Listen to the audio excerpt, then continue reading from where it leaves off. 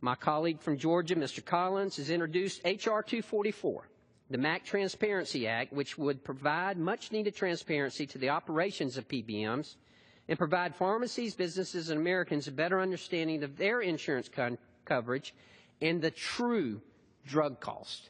This is a very important piece of legislation. Another issue that's very important and extremely important to pharmacists is provider status. Now, Mr. Speaker, I graduated from pharmacy school in 1980. I have what's known as a Bachelor of Pharmacy degree. Back then, it was a 5-year degree. The pharmacists that are graduating now are graduating with the Doctor of Pharmacy degree, 4-year professional degree that usually comes after a bachelor's degree. In most cases, they have at least 6, and in most cases, 8 years of education. Their clinical expertise is so impressive right now. You know, the practice of pharmacy has changed so much during the years that I've been practicing. I've seen it go from where we did nothing more than fill prescriptions to where now the pharmacist is a vital member of the healthcare team. Mr. Collins mentioned a little while ago about someone asking if they could get a flu shot in the drive-thru. We've actually seen that done sometimes. But the point that I want to make is pharmacists now are actually administering vaccines. How does that help us? How does that help Americans? How does that help our healthcare system? Obviously, our vaccination rate improves. And keep in mind, in South Georgia, where I represent, rural healthcare is a concern.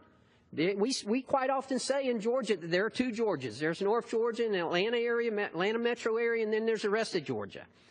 Access to healthcare is very important in South Georgia, particularly in the rural area of South Georgia, where you find that pharmacists are some of the most accessible healthcare professionals out there. If it were not for our pharmacists, many of these patients would not get those vaccinations, and that's very important. It's very important that we have provider status for pharmacists. The U.S. healthcare system is coming into an era of integrated care delivery systems that provide all-encompassing care to Americans. This new structure of care will provide Americans with a type of care that allows constant collaboration with all sectors of health care to provide the highest level of care. As all of us know, the majority of Americans that rely on health care professionals are the elderly. However, under Part B of Medicare, pharmacists are excluded from the list of providers under Medicare Part B. This is something that's going to have to change.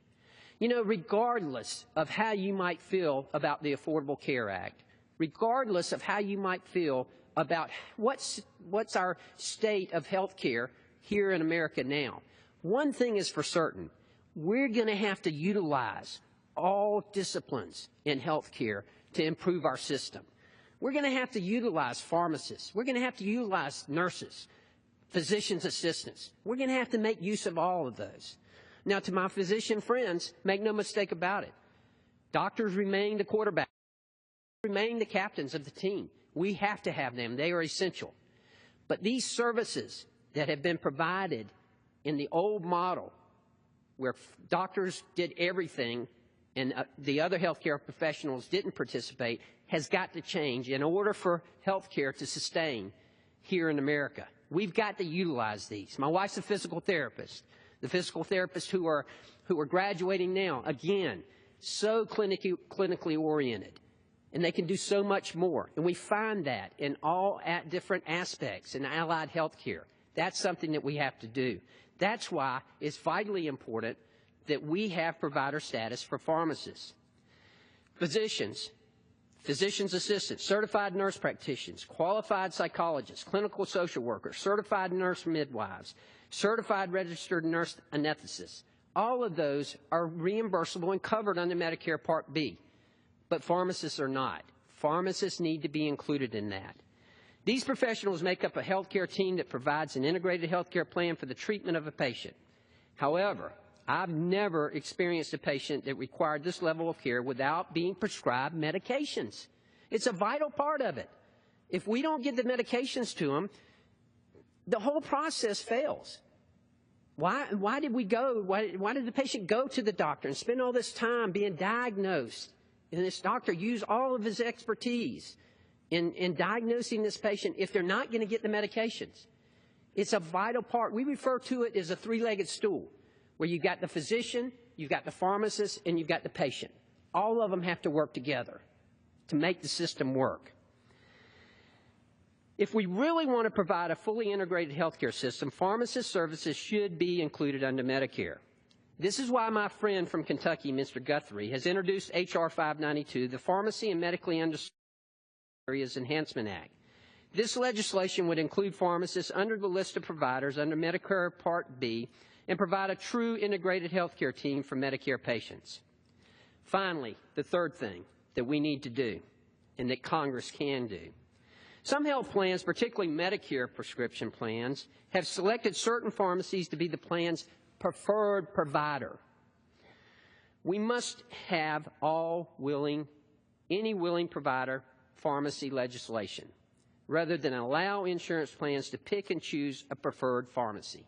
Now, this is something I have, unfortunately, a lot of experience with. I've been practicing for over 34 years now, and let me tell you, I've had patients who have been with me that long. They're part of my family. I've provided services to them. They've come in my store. I've provided generations of services to them, to their parents, to their grandparents, and now to them and to their children. Yet they, at the first of the year, come to me, some of them in tears, and tell me, I've got to change pharmacies. I don't want to, but my insurance plan is telling me that this is the only pharmacy I can use. Sometimes the PBMs will mask it by saying, well, that's not true. They can use you. They can go ahead and pay for the medications and then or submit us the receipts, and we'll see if we can reimburse them. Or they can go to our preferred pharmacy and pay the $5 copay. That's not a choice. That's not a choice at all. Other plans will tell you, okay, you can use this pharmacy outside of our preferred network if you want to. The copay is going to be $45. But if you use our preferred pharmacy, the copay is going to be $5. Well, let me tell you, if you've got 10 prescriptions, as a lot of elderly patients do, you're going to pay $450 as opposed to $50? That's not a choice. That's not something that's going to lead patients to stay with their pharmacies. They're going to have to change. I don't want to do that. Having choice makes a difference. These relationships that patients have with their providers, their healthcare providers, are very, very important. So, my colleague from Virginia, Mr. Griffin, has offered legislation to remedy this problem. The Ensuring Seniors Access to Local Pharmacies Act of 2015 would allow Medicare enrollees to keep their longtime pharmacists if that pharmacist agrees to the terms and conditions of the Medicare prescription drug plan.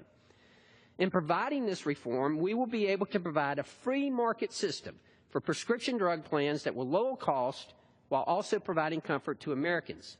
This is win-win. Now, before you go saying, oh, buddy, all you're saying is that you want to force people to have to do this. No, not at all. I am a free market guy. You will not meet more of a free market person than me. All we're asking to is to have the ability to compete. That's all we're asking to do, to participate in the free market. If the insurance company, if the PBM sets the reimbursement, if I see, okay, this is the reimbursement they're going to pay me, if I'm willing to accept that reimbursement, I should be able to participate. That's all we're saying. Give us the opportunity, if we're a willing provider, to participate. Select networks are hurting us, but more importantly, they're hurting the patients. Why is that? Because now the patient, instead of going to my pharmacy, where it's convenient, where they've been going for 34 years, where their parents went, where their grandparents went, now they're having to go and travel long distances, particularly in South Georgia, to get to the pharmacy that is the select pharmacy, the select provider. And a lot of times what happens? A lot of times they just do without. And then what happens? Then all of a sudden medical costs rise, and we don't see it here. That is a problem. So those three things, Mr. Speaker, are three things that are very important to community pharmacy. I want to thank, again, my colleague from Georgia, Mr. Collins, for bringing this up and let you know that I've been honored to serve as a pharmacist. I think it's a noble profession. But most importantly, I want to make sure you understand this is about the patients. If community pharmacies don't survive, this is going to mean that health care in this country suffers.